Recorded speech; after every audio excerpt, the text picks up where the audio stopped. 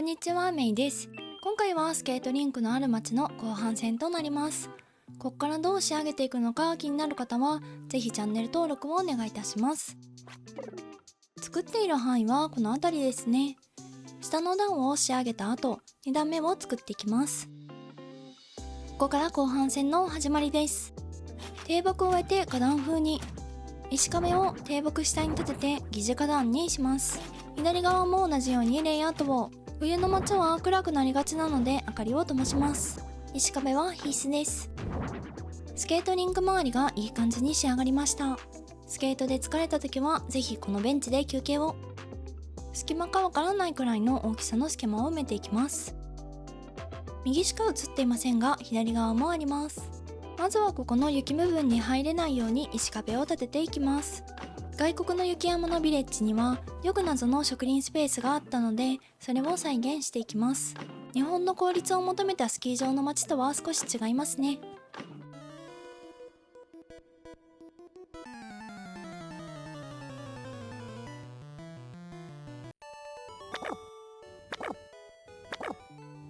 縄張りバトルに勝つことができました。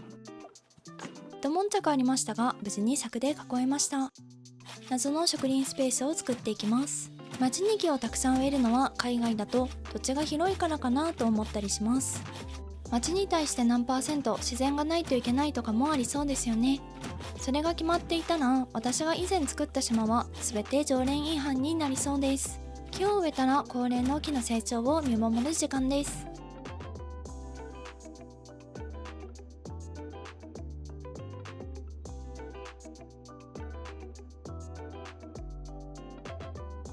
内側は成長止めをし、広場に被らないようにしてあります。さらに植林をしていきます。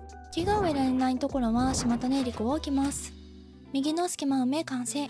左も隙間を埋めていきます。広場側に低木を植えて、あとは島種リコ。左も右も大差ないですね。下が完成したので上の段にアパートを作っていきます。エイベルシスターズ横からジャックの家の方までぐるっと段差を作っていきます。すべての店を雪で埋もれさせる感覚で作っていきます。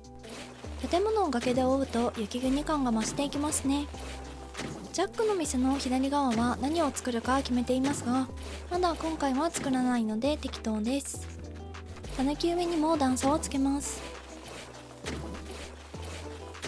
たぬき商店上に崖ができました。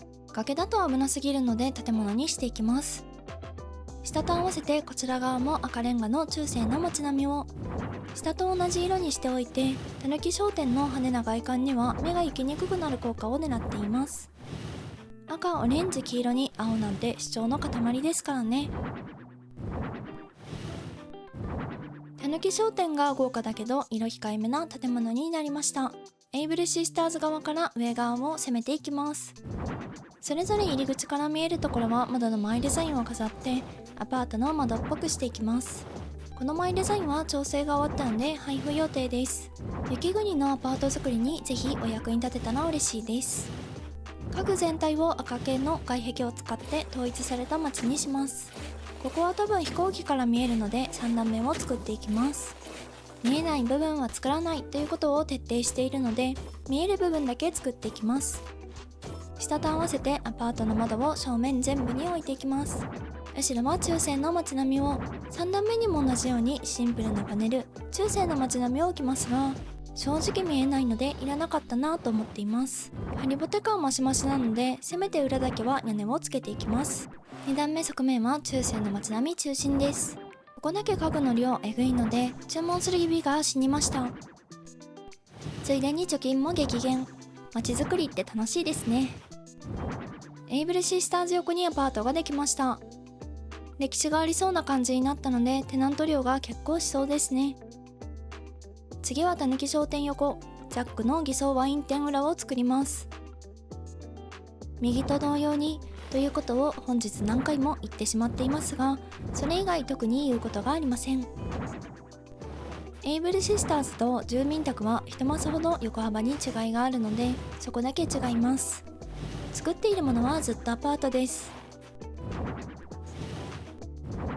少し話は変わりますが前編も含めたぬき商店前にスケートリンクを作るというアイディアがハルチーさんと被っていますが、お互いに模倣しておらず偶然被ってしまっただけなのでご理解いただけますと幸いです。